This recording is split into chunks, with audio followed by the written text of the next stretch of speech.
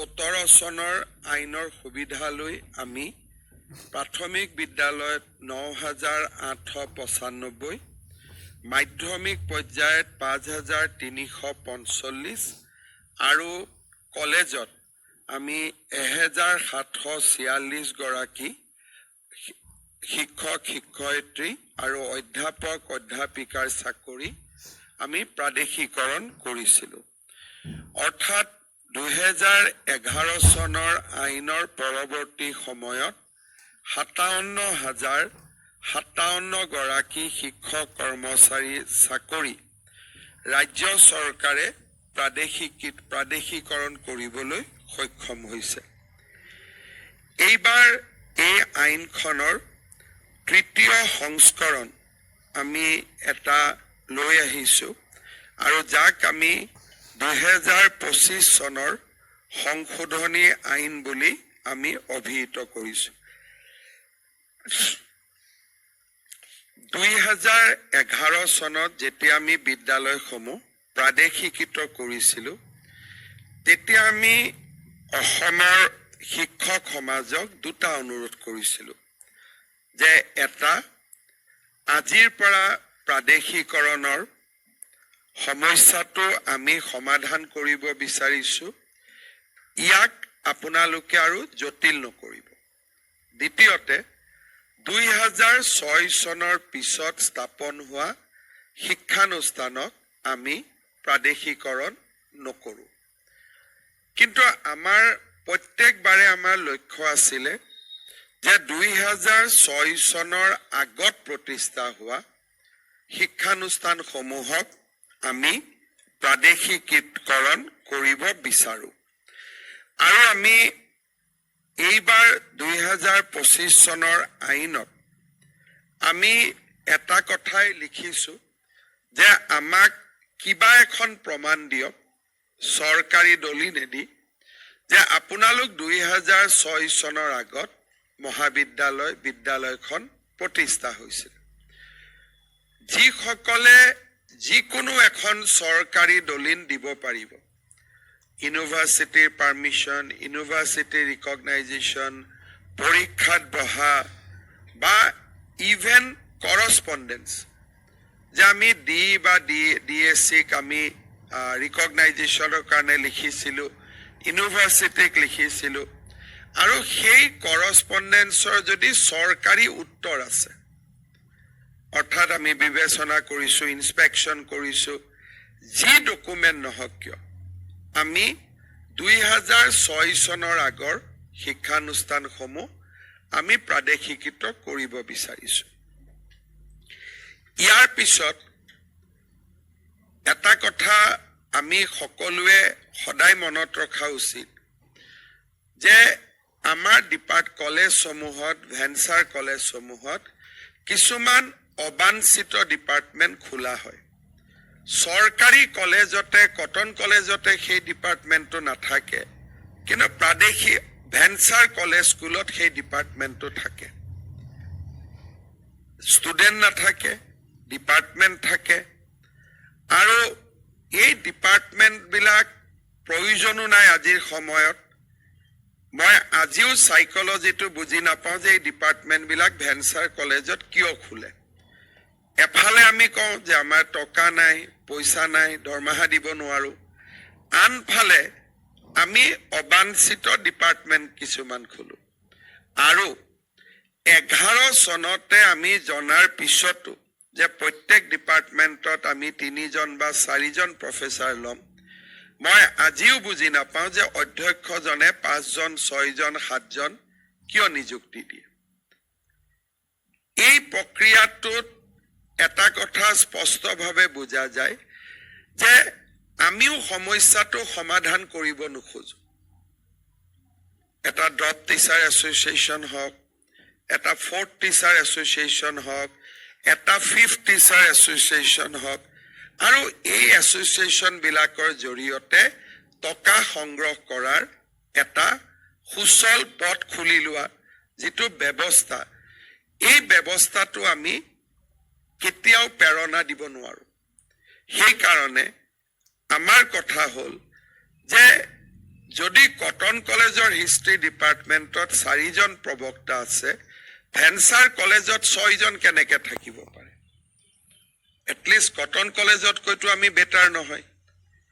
এই কথাখিনি আজি যিহেতু ইয়াত এছ'চিয়েশ্যনৰ মানুহসকল আছে, এই কথাটো আপোনালোকে মনত ৰাখিব, কাৰণ আজিকালি সৰু ল'ৰাইও সকলো কথা বুজি পোৱা হৈছে যে এওঁ কি কৰিছে, এওঁ কিয় আহিছে, এওঁৰ উদ্দেশ্য কি, চেলফিখন উঠি ক'ত আপলোড কৰিব খুজিছে, তাৰ দ্বাৰা তেওঁ কি ডিমাণ্ড জেনেৰেট কৰিব খুজিছে, এই কথাবিলাক আজিকালি সৰু সৰু ল'ৰাইও বুজি পায়। আগৰ সমাজ নাই, কাৰণ আজিকালি ফেচবুক আছে, মিডিয়াম আছে। মুখ্যমন্ত্ৰী মন্ত্ৰী কাম হওক নহওক ফটো এখন উঠিব লাগে, তাৰ মিনিংটো কি? কাম হওক নহওক DSC ডিৰ পৰা কাগজ এখন ওলাব লাগে। তাৰ মানে আমি ক'ব নোৱাৰাকৈ প্ৰাদেশিকৃত মহাবিদ্যালয়ৰ শিক্ষক শিক্ষয়িত্ৰীসকলক আমিও শোষণ কৰোঁ। গুৱাহাটীত আহিবলৈ 200 টকা, অমুকত যাবৰ কাৰণে 500 টকা, এডুকেশ্যন মিনিষ্টাৰৰ PS-ক দিবৰ কাৰণে 1000 টকা, DSC-ক দিবৰ কাৰণে 2000 টকা। এই যিবিলাক পৰম্পৰা আছে, এই পৰম্পৰাবিলাক আমি শেষ কৰিলে এই সমস্যাবিলাক কেতিয়াবাই নোহোৱা হৈ যায়। যোৱাকালি মই শিক্ষামন্ত্ৰীক কৈছো, 2010 চনৰ 11 চনৰ আইনত জল পটকৈ লিখা আছে যে 2010ৰ পিছত আৰু কোনো নিযুক্তি হ'ব নোৱাৰে। শিক্ষামন্ত্ৰী ডাঙৰীয়াই কৈছে এওঁলোকেতো 2020তো দিছে। তাৰ মিনিংটো কি?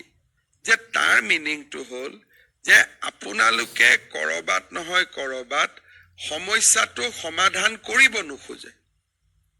সচলত মাতিলো, অমুকত মাতিলো, তমুকত মাতিলো। 1.5 লাখ চৰকাৰী চাকৰি আছে, অহাবাৰ আৰু 2 লাখ ওলাব। যি লৰাই চাকৰি পাব ভেঞ্চাৰ স্কুল কলেজৰ থ্ৰুদি চাকৰি পাব নালাগে। অহাবাৰ আমি হিচাপ কৰিছো টোটেল আমাৰ গভৰ্ণমেণ্টৰ দিনত যাৰে চৰকাৰ হয় যেনেকে হওক, শিক্ষক আৰু প্ৰফেচাৰৰ চাকৰি আমি 75,000 মুকলি কৰি দিব পাৰিম। তাৰ মানে কি? যে যোনে UGC কোৱালিফিকেশ্যন আছে, যোনে পঢ়া শুনা কৰিছে, তেওঁলোকে চাকৰি নিয়ম মতেই পাব। আপোনালোকে আকৰ্ষণ কৰি তেওঁলোকক ভেঞ্চাৰ স্কুলৰ শিক্ষক বুলি ষ্টাম্প এটা মাৰি দিয়াৰ কোনো প্ৰয়োজন নাই। ল'ৰা শুনা পঢ়িছে, চোকা কৰিছে, তেওঁলোকে নিশ্চিতভাৱে চৰকাৰী চাকৰি পাব। চৰকাৰী চাকৰি নাপালেও অসমত যি উদ্যোগীকৰণৰ ধুমুহা আহিছে, শিক্ষক নহলেও মই আন ভাল চাকৰি এটা পাম। আমি আইনৰ বিৰুদ্ধে কিয় যাম?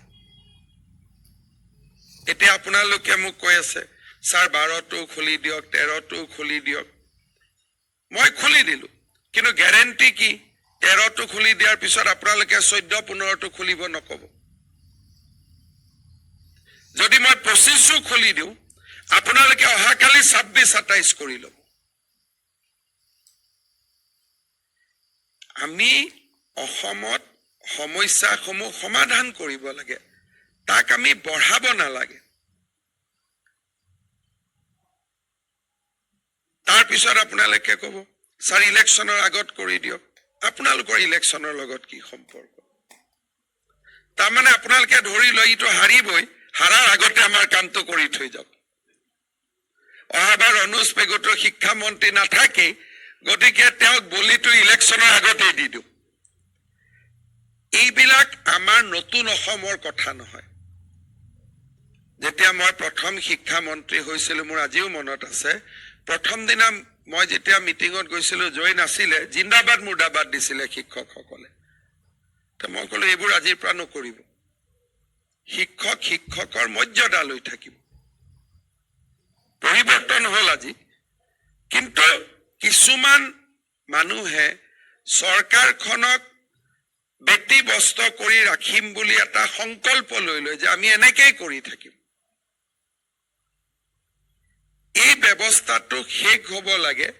চৰকাৰে মানুহক 12ও ৰাখিব পাৰে, 13ও ৰাখিব পাৰে, 14ও কৰিব পাৰে 15ও কৰিব পাৰে কিন্তু কালি যে আপোনালোকে 26টো লৈ নাহিব তাৰ গ্যাৰান্টিটো কোনে দিব আপোনালোকে ক'ব আমি দিছো আপোনালোকৰ চাকৰি প্ৰাদেশিকত হৈ যাব আপোনালোকৰ পোষ্টত নতুন এজন মানুহ আহি বহি ল'ব তেওঁ ক'ব স্যাৰ এটোটো আগৰ সংস্থাইহে দিছিলে কাৰণ 2011তে জৈন মনত আছে কাৰণে জৈনৰ কথা কৈছো 11তে মোৰ শিক্ষক সংস্থাৰ লগত এগ্ৰিমেন্ট হৈ গৈছিল স্যাৰ এখিনি কৰি দিয়ক আৰু কোনেও নকৰে হয়নে জৈন তেতিয়া দিগন্ত আছিলে ৰঙিয়াৰ ইয়াতে নামাজ পঢ়িছিলে আন্দোলন কৰিছিলে জনতা সেক্ৰেটাৰিয়েটৰ সন্মুখত তেতিয়া মোৰ লিখা পঢ়া হৈ গৈছিলে যে স্যাৰ এই 40,000 কৰি দিয়ক আৰু কোনো আন্দোলন নহব তাৰ পিছত কি হল সেক্ৰেটাৰিজন ঢুকালে প্ৰেসিডেন্টজন বদলিলে তেওঁ কলে স্যাৰ আমিতো গম নাপাওতে নিজৰ কামটো কৰি ললে তো এনেকুৱা কৰি থাকিলে আমাৰ ৰাজ্যখন কেতিয়াও ভাল নহব সৰকাৰ বদলিলে সভাপতি সম্পাদকজন সৰকাৰৰ মতে হয় মেম্বাৰ বিলাক বেলেগ থাকে আহমেদৰ পৰা সভাপতিজনৰ নাম বৰা হৈ যায় সম্পাদকৰ নাম শইকীয়া হৈ যায় আকৌ যদি বেলেগ সৰকাৰ আহে সভাপতি সম্পাদকজনৰ নাম ইছলাম হুছেইন হৈ যাব এই যিবিলাক কাম আমি কৰি নিজকেও ব্যস্ত ৰাখো ভাবো যে আমি সকলোকে এনেকে চলাব পাৰিম এটো নহয় কাৰণ এতিয়া এআই আহিলে মানুহে স্যাটেলাইটতে চাই থাকিব পাৰে যে আপোনালোকে ক্লাছত আছে নে নাই ইমান বিলাক সুবিধা নতুন নতুন আহি থাকিলে সেই কাৰণে মই প্ৰত্যেক দিনাই কওঁ ভেঞ্চাৰ স্কুল বিলাক কলেজ বিলাক সমস্যা হ'ব নালাগে সৰকাৰৰ কাৰণে ই এটা সম্পদ হ'ব লাগে যে স্যাৰ এইখিনি কাম কৰি দিয়ক আমি আৰু আপোনালোকক কেতিয়াও দিগদাৰি নকৰো এইটো কেতিয়া হ'ব যেতিয়া অধ্যক্ষ আৰু গভৰ্নিং বডিৰ প্ৰেসিডেন্টৰ ভেঞ্চাৰ কলেজতো নিযুক্তি দিয়াৰ পাৱাৰটো নোহোৱা হ'ব নহলে গাঁৱত পাছ কৰা যি লৰা ছোৱালীয়ে কম্পিটিশন কৰিও চাকৰি পাব পাৰে তেওঁলোকক আকৰ্ষণ কৰি লৈ আহে যে ইয়াতে কৰ আমি কৰিম নহয় ৰনোজ পেগুৱে কৈছে প্ৰাদেশিকৰণ হ'ব আৰু সেই কাৰণে আজিকালি মই ভেঞ্চাৰ স্কুলৰ আন্দোলনত কলেজৰ আন্দোলনত ভিডিঅটো চাই থাকো ডেকা লৰা ছোৱালী দেখো কিন্তু 10 চনৰ পিছতো নিযুক্তি হ'বই নালাগিছিলে 3খন আইনত এইটো কথা লিখা আছে সমস্যাটো কাৰ থাকিব লাগিছিল 10ত সোমোৱা 10ত যদি 30 বছৰত সোমাইছিল 25ত তেওঁলোকৰ 45 বছৰ আমি আৰু 15 বছৰ কৰি দিলো এটা লেঠাটো মৰি গলে কিন্তু আপোনালোকে এটা 25তটো নিযুক্তি দিয়া মানুহক আন্দোলনত লৈ আহে এটোতো ঠিক কথা নহয় সেই কাৰণে এইবাৰ আৰু ইলেকশন আপোনালোকে নেখেলে সব কথাত ইলেকশনৰ কথা কৈ নাথাকিব ইলেকশনৰ আগত কৰা কাম বেয়া হয় পিছত কৰা কাম ভাল হয় আৰু গভৰ্নমেন্ট আমাৰে হ'ব শিক্ষা মন্ত্ৰী ৰনোজ পেগুৱে হ'ব কোনবা বিচাৰক নিবিচাৰক অসমৰ ৰাইজেটো সিদ্ধান্ত লৈ থৈ দিছে সেই কাৰণে আপোনালোকে ৰাজনৈতিকৰণ নকৰিব শৈক্ষিক দৃষ্টিৰে সব সব যে শিক্ষাৰ ফালৰ পৰা আমাক কি লাগে যে আৰবিক ডিপাৰ্টমেন্ট এটা লাগে নেকি সংস্কৃত ডিপাৰ্টমেন্ট এটা আমাক লাগে নেকি নালাগে তাৰ জায়গাত কি লাগে আমাক যত চাকৰি আছে লৰা ছোৱালীক পঢ়াই আপোনালোকে যত চাকৰিৰ কাৰণে লৰাজনক এটা পজিশনত লৈ যাব পাৰিব কিন্তু যত চাকৰিয়ে নাই তাত লৰা ছোৱালী এটা ডিপাৰ্টমেন্ট খুলিলে পঢ়ালে এজন প্ৰফেসৰক সৰকাৰে কিমান টকা দৰমহা দিব লাগে 2 লাখ টকা স্টুডেন্ট কিমান আছে 4 জন 3 জন প্ৰফেসৰ দিলো 6 লাখ স্টুডেন্ট আছে 4 জন তাৰমানে এজন স্টুডেন্টৰ লগত আমি কিমান টকা খৰচ কৰিলো 1,25,000 টকা মাহত আমাৰ অসমখন ইমান ধনী ৰাষ্ট্ৰ হয় জানো আৰু 1,25,000ত যদি 4 জন লৰাক পঢ়াবই লাগে তেওঁক আমি ভেঞ্চাৰ স্কুলত কিয় পঢ়াম 1,25,000 টকা ফিজ দিলে তেওঁক ৰয়েল গ্লোবেলত পঢ়াব পাৰিব আপোনালোকে কথাবিলাক যেতিয়া বুজিব চৰকাৰে ইমিডিয়েটলি বুজিব যেতিয়া আপোনালোকে নুবুজে তেতিয়াও চৰকাৰেও নুবুজা এক্টিং কৰিব লাগে যে এওঁলোকে নুবুজে তেতিয়া আমিও নুবুজো যেতিয়া আপোনালোকে বুজিব আমিও বুজিম আমি বুজিলে আপোনালোকে বুজিব কাৰণ চৰকাৰ আৰু ৰাইজটো বেলেগ নহয় চৰকাৰ আৰু ৰাইজ একেই ইয়াততো দুটা পাৰ্থক্য নাই সেইটো কাৰণে এইবাৰ যিটো পৰ্টেলত সোমাব তাক ফাইনেল হিচাপে সোমাই দিও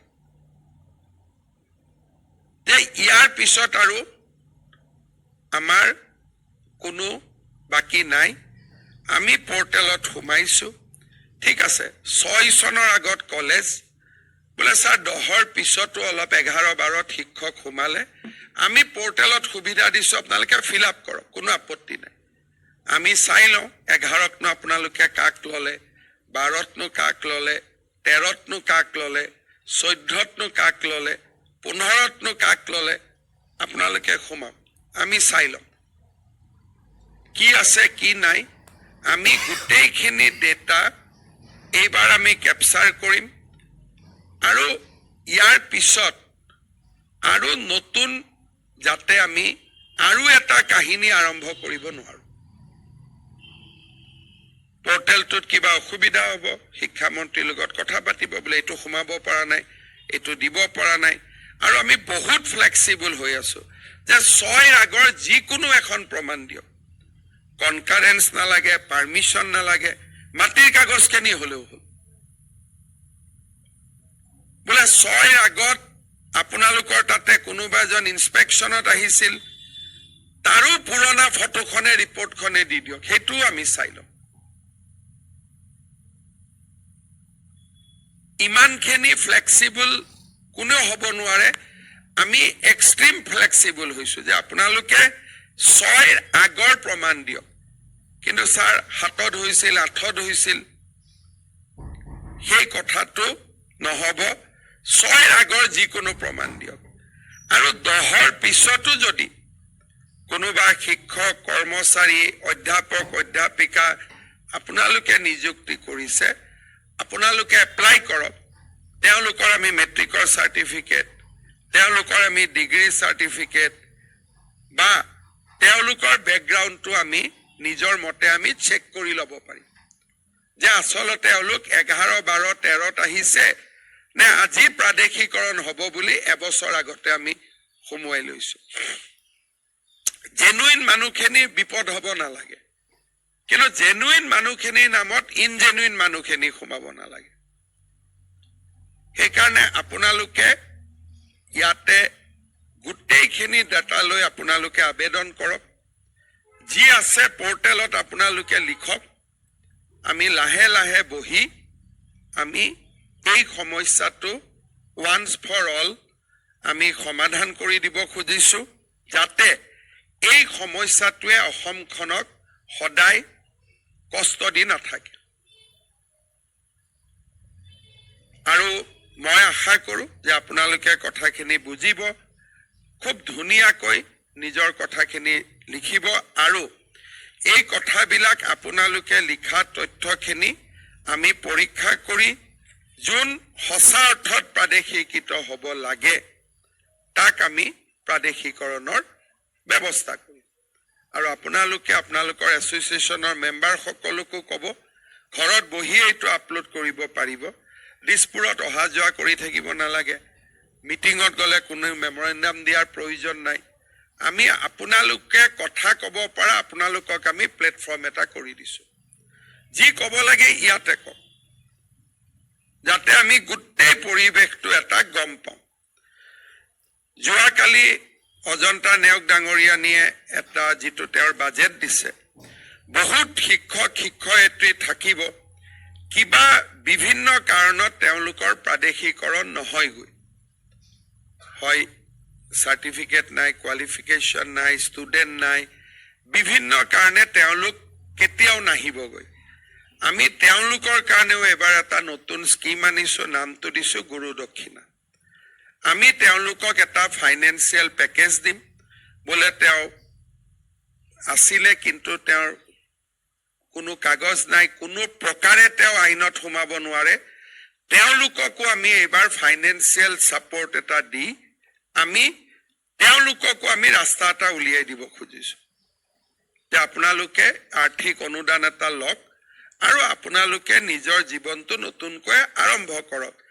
যিকোনো প্ৰকাৰে আইনৰ ভিতৰত নাহে, ৰিলেক্সেশ্যন দিলেও নাহে, বোলে 11 দিলো নাহে, 12 দিলো নাহে, 13 দিলো নাহে, 14 দিলো নাহে, বোলে তেওঁলোকক থাৰ্ড পোষ্ট, বোলে ঠিক আছে থাৰ্ড পোষ্ট দিলো, ফৰ্থ দিলো, ফিফ্থ দিলো, তাৰ পিছতো 6 ওলালে।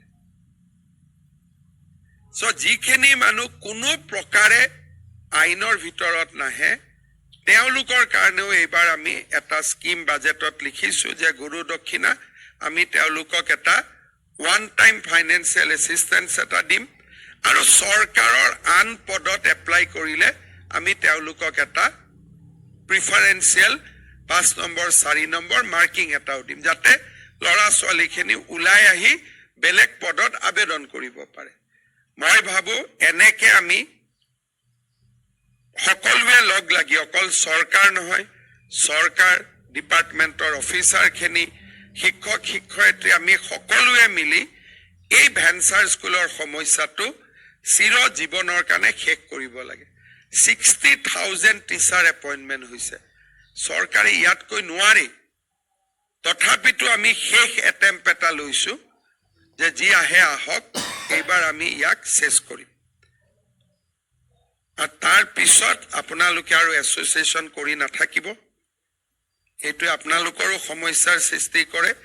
এইবাৰ এছ'চিয়েশ্যন, প্ৰাদেশিকৰণ, ভেঞ্চাৰ, এই গোটেই শব্দকেইটা আমি বাদ দিব লাগিব যে আৰু এইকেইটা শব্দ অসমত নাই, যি আছে এইবাৰে আমি চেছ কৰিম।